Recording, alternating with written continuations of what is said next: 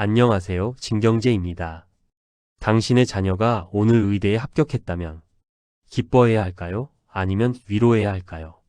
수십 년간 대한민국을 지탱해온 성공의 사다리가 지금 이 순간 소리 없이 부서지고 있습니다. 우리가 믿어온 공부와 저축 그리고 성실이라는 가치가 어쩌면 미래에는 가장 어리석은 선택이 될지도 모릅니다. 오늘 이 영상은 당신이 알고 있던 경제적 상식을 완전히 파괴할 겁니다. 3분 뒤면 당신이 내일 아침 무엇을 준비해야 할지 그 실체가 명확해집니다. 지금 실리콘밸리에서 가장 뜨거운 화두는 인공지능이 아니라 모라백의 역설입니다. 인간에게 쉬운 걷기나 물건 짚기는 로봇에게 지옥 같은 난이도지만 인간에게 어려운 고등 수학이나 법률 분석은 인공지능에게 숨쉬기보다 쉽다는 뜻입니다. 이 역설이 우리에게 던지는 메시지는 명확합니다. 화이트 칼라 엘리트들이 가장 먼저 짐을 싸게 된다는 것이죠.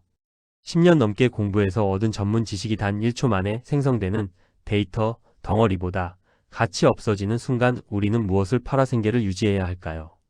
지식은 넘치고 지혜는 마르는 시대가 오고 있습니다. 오늘 아침 키오스크 앞에서 결제 순서를 몰라 당황했던 기억이 있으신가요? 그 작은 불편함은 거대한 변화의 아주 미미한 예고편에 불과합니다. 이제 저축의 시대는 끝났습니다. 일론 머스크는 2030년을 기점으로 돈의 장례식을 예고합니다. 생산성이 무한대로 수렴하면 재화의 가격은 영원에 가까워집니다. 로봇이 24시간 쉬지 않고 물건을 찍어내고 배송하는 세상에서 지금 당신이 아껴 모은 100만 원은 미래의 100원짜리 동전 하나만큼의 가치도 못할 수 있습니다. 희소성이 사라진 경제체제에서 숫자를 쌓아두는 행위는 고인물을 저장하는 것과 같습니다. 대신 우리는 보편적 고소득이라는 낯선 풍요 앞에 서게 될 것입니다. 과거 19세기 영국 노동자들은 기계를 부수며 저항했습니다. 러다이트 운동이라 불리는 이 투쟁은 결국 인간의 패배로 끝났지만 인류는 더 큰 풍요를 얻었습니다. 하지만 이번에는 다릅니다. 과거의 기계는 인간의 근육을 도왔지만 지금의 인공지능은 인간의 뇌를 대체합니다. 비트가 원자를 지배하는 세상에서는 더 이상 기계를 부술 망치조차 필요 없습니다. 소프트웨어 한 줄이 수만 명의 노동력을 증발시키는 시대에 우리는 과거의 성공 공식을 고집하고 있는 것은 아닌지 스스로 물어야 합니다. 과거의 망치가 지금의 알고리즘을 이길 수는 없습니다. 예금 통장의 만기 날짜를 기다리며 뿌듯해하던 그 평범한 행복이 미래에는 가장 위험한 도박이 될지도 모릅니다. 테슬라의 옵티머스 로봇은 단순한 기계가 아닙니다. 2천만 원대라는 가격은 당신이 타는 소형차보다 저렴합니다. 이 로봇 한 대가 편의점 알바생 3명의 몫을 해내고 식당 주방에서 지치지 않고 요리를 합니다. 사장님들에게 로봇은 단순한 도구가 아니라 거부할 수 없는 수익 모델입니다. 1분에 한 대씩 쏟아져 나올 이 강철 노동자들이 당신의 일터에 도착했을 때 당신은 그들과 무엇으로 경쟁하시겠습니까? 육체적 강인함도 지식의 양도 그들의 상대가 되지 않습니다. 식당에서 서빙 로봇이 당신의 테이블로 다가올 때 느끼던 그 기묘한 생경함을 기억하십시오. 조만간 그 로봇은 식당 문을 열고 들어오는 당신의 동료가 될 것이며 결국 당신의 상사가 될지도 모릅니다. 노동의 가치가 영원에 수렴하는 사회는 유토피아일까요? 아니면 지옥일까요? 로봇은 퇴직금도 요구하지 않고 주말 수당을 주지 않아도 불평 한마디 없습니다. 경영자 입장에서 인간 노동자는 관리 비용이 너무 비싼 사치품이 되어버립니다. 이제 기업은 사람을 뽑는 대신 로봇을 구매하고 소프트웨어를 구독합니다. 인건비라는 개념이 회계장부에서 사라지는 순간 우리가 알던 자본주의는 근간부터 흔들리게 됩니다. 물건은 넘쳐나는데 그 물건을 살 돈을 벌 노동자가 없는 모순. 이 거대한 병목 현상을 해결하지 못하면 풍요 속의 빈곤이라는 기괴한 디스토피아가 우리를 기다릴 것입니다. 머스크는 여기서 한 발 더 나아가 우리 몸에 칩을 심으라고 제안합니다. 뉴럴링크는 선택이 아닌 생존의 도구입니다. 인공지능과 소통하는 속도를 광속으로 끌어올리지 못하면 인류는 그저 초지능이 키우는 애완동물로 전락할 것이라는 경고입니다. 뇌와 컴퓨터가 직접 연결되는 순간 언어 장벽은 사라지고 지식은 다운로드되는 대상이 됩니다. 이제 교육은 무엇을 아느냐가 아니라 무엇을 시키느냐의 영역으로 넘어갑니다. 당신은 순수한 인간으로 남아 도태되시겠습니까? 아니면 사이보그가 되어 진화하시겠습니까? 기계와 경쟁하는 자는 패배하고 기계를 부리는 자는 통치합니다. 스마트폰을 처음 손에 쥐었을 때의 그 혁명적인 기분은 뇌에 칩을 심는 순간의 충격에 비하면 아이들의 장난 수준일 것입니다. 인간의 뇌가 디지털 네트워크의 일부가 된다는 것은 자아의 경계가 무너짐을 의미합니다.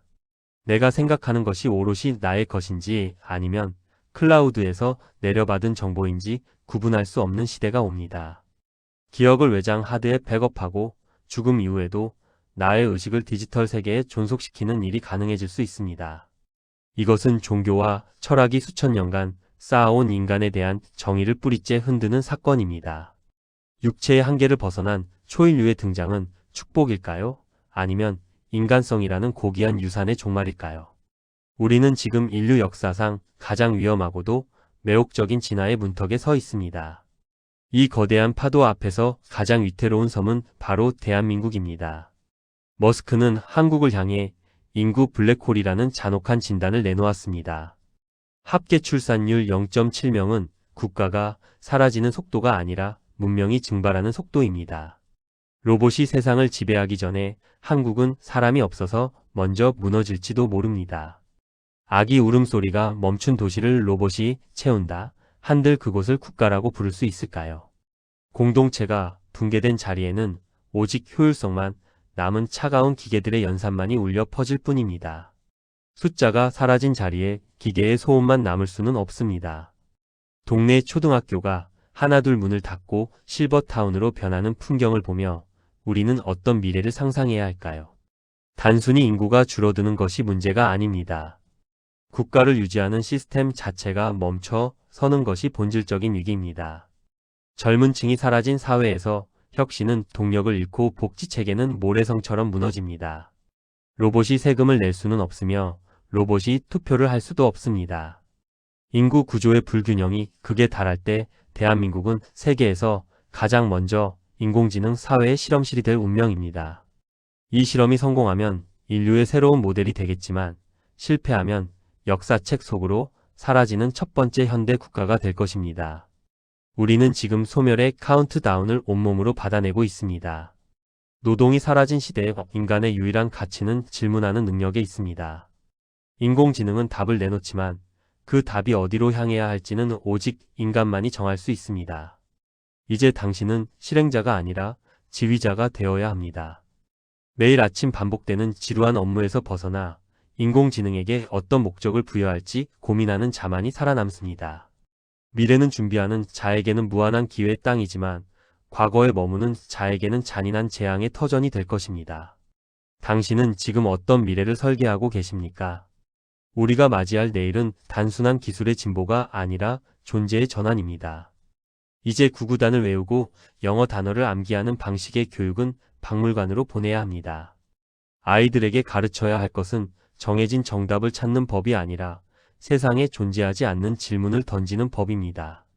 기계가 모든 것을 대신해 주는 세상에서 나는 왜 존재하는가라는 본질적인 물음에 답할 수 있는 사람만이 진정한 풍요를 누릴 수 있습니다. 지금 이 순간 당신의 손에 든 스마트폰이 당신을 지배하게 둘 것인지 아니면 당신이 세상을 바꾸는 도구로 쓸 것인지 결정하십시오. 그 결정이 당신의 다음 10년을 결정할 것입니다. 감사합니다. 진경재였습니다.